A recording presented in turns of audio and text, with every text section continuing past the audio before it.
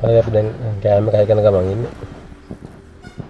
කෑම ගත්ත මේ වගේ විතර මැදේන උන් දෙපැත්තට බැලන්ස් කරලා පොඩ රට කරගන්න ඕනේ. කෝගෙම ටික සමානව අද ගන්න ඕනේ. එකපාරට තේරෙම අද ගන්න නැහැ. මුලින්ම කෑම එක පොඩ්ඩක් හරි හිරවනොත් එimhe කැඩෙනවට අක් ගාලා. ඒ නිසා ඒක පරිස්සමෙන් කරගන්න ඕනේ.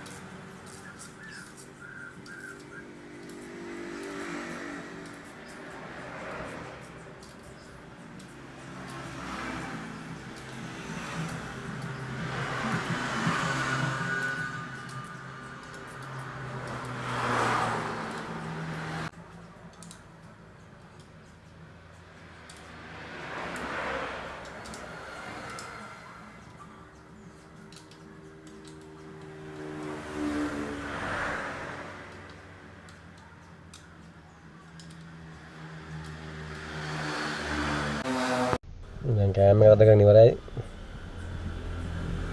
ගොඩක් දුර දැන් එන්ජින් එක වැඩි යතේ කම්පියුටර් අදින් දැන් අපිට තියෙන ඉන්ජෙක්ටර් පම්ප් එක පැත්තෙන් අයි කරගන්න ඕන.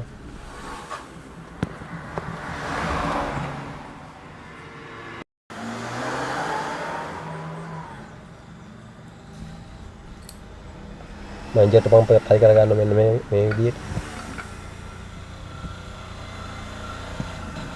ඉන්ජෙක්ටර් පම්ප් එක දාද්දී තියෙන ඔරිජිනල් එකක් තියෙන මාර්ක් එක ඒකටම දාගන්න ඕන. දාගෙන පස්සේ අපි ස්ටාර්ට් කරලා බලලා තමයි ඇඩ්වාන්ස් කරගන්න අවශ්‍ය නම් අපි ඒක කරගන්න.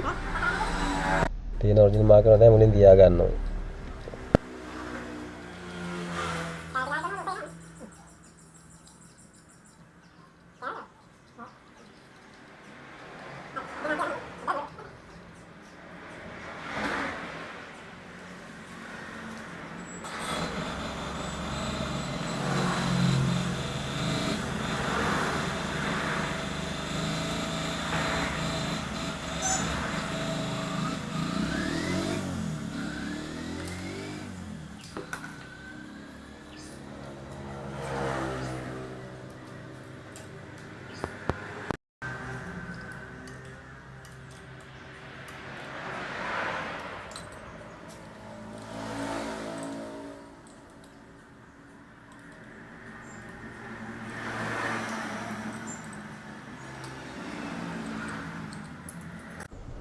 පම්ප් එක ඊළඟට අපිට තියෙන ටයිමින් මෙන්න මේ යට ටයිමින් වීල් එක ක්‍රෑන්ක් එකේ ටයිමින් වීල් එක මම දාගන්න වේල් එක පොඩි තට්ටුවක් දාලා වස්ස ගන්න. වැඩි ගොඩාක් හයියෙන් ගන්න නැහැ. පොඩි තට්ටුවක් දාලා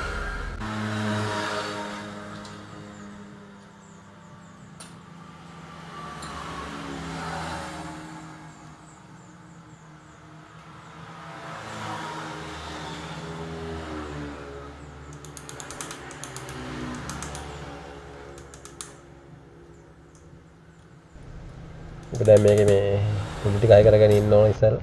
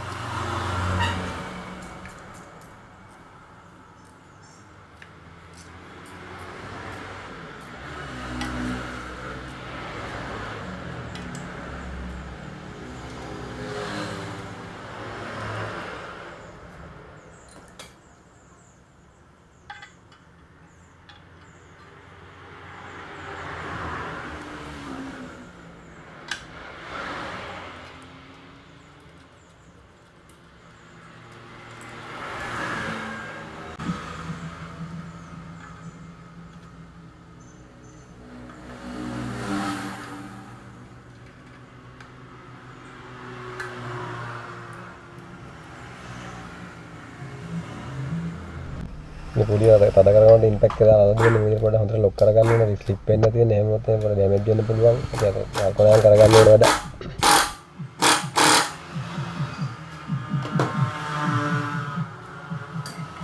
කෑම එකත් එමේ අද කරනකොට එහා පැත්තෙන් අල්ලගෙන මම අද කරන්නේ නැත්නම් කැරකෙන් දෙන්න බෑ මොකද එහෙම පොඩ්ඩක් අවුල් වෙන වැඩ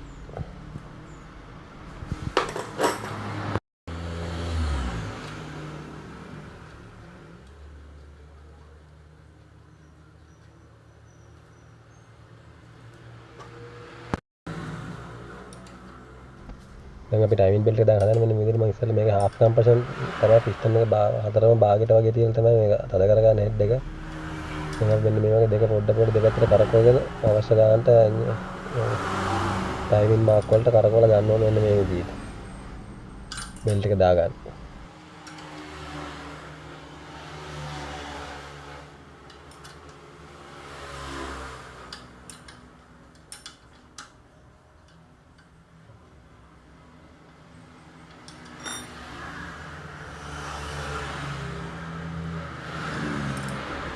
ඉන්ටර් පම්ප් එකත් මෙන්න මේ වගේ පේනද පොඩි කාපාවක් දැක්කම තමයි ඉර තියෙන්නේ මාක් එකේ ගන්නට කරවගෙන ඒක පොඩ්ඩක් අතුරෙන් අල්ලනවා අපි දාත් දෙන්න මේ දැන් ඔයාලා පේනවා තියෙන අතන ඉන්ජෙක්ටර් පම්ප් එකේ ඉර මම ඒක අන්තිමට පෙන්නන්නම් මේ කොහොමද මාක් එක තියෙන්නේ කියලා මාක් මේක ඉච්චර ලකුවම ගන්න මේක ටයිම් දාන්න මේ මාක් එක හොඳට පේන්න තියෙනවා ඇඩ්ලි දාගන්න පුළුවන් හරිම ලේසි මුළු බෙල්ට් එක දාද්දී අපි දාන්නේ මේ ඉන්ජෙක්ටර් පම්ප් එක පැත්තෙන් තමයි දාගන්න ඕනේ මේ පැත්තෙන් පොඩ්ඩක්වත් ප්ලේ එක තියෙන්න බෑ බෙල්ට් එක හරි ගන්නට ඇදලා තියෙන්න ඕනේ මේ වගේ අර මේ දාගත්තාම ගානට පොඩ්ඩක්වත් ප්ලේ එකක් තියන්නේ නැහැ. හරි ගානට කට්ටේම දාන්න ඕනේ. පොඩ්ඩක් එහෙම කරගන්න ඕනේ. නිකන් බුරුල වගේ නම් අපිට ගන්න පොඩ්ඩක් ඒ විල ඒකට කරගත්තාම ගානට එන මාක් එක.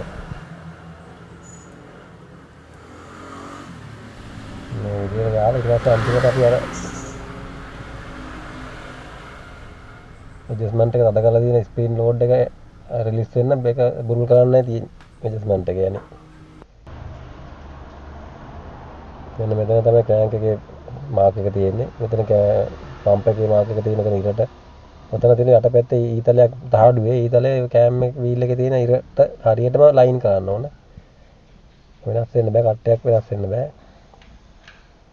ඊට පස්සේ මෙන්න මේ විදිහට බුරුල් කරලා සාමාන්‍ය ස්පීන් ලෝඩ් එක තිබුණාම ඇති ඇඩ්ජස්ට්මන්ට් සමානලාට ස්පීන් එකේ ලෝඩ් එක මදි වගේ නම් චුට්ටක් අතින් පොඩ්ඩක් අල්ලලා තද කර ගන්න ඕන.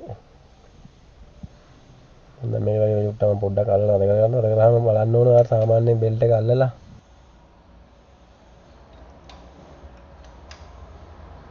ඒක තද කරගෙන ඉවරලා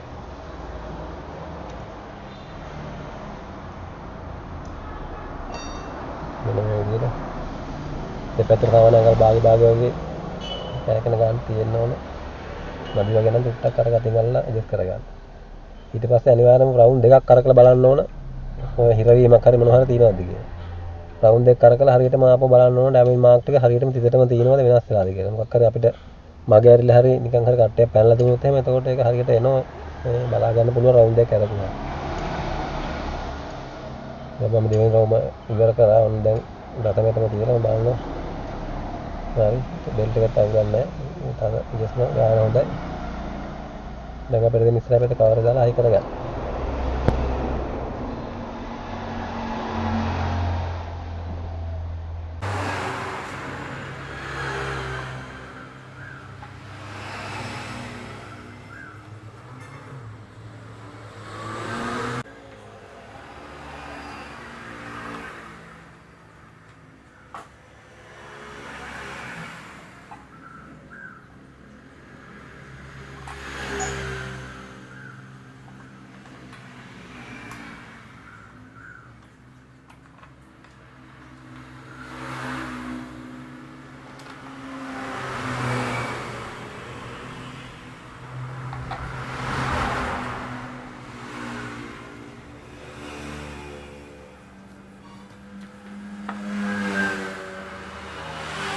හරි අපිට දැන් ඊළඟ වීඩියෝ එකෙන් බලන්න පුළුවන් මේක අන්තිම කොටස ඊළඟ එක ඒකත් බලන්න.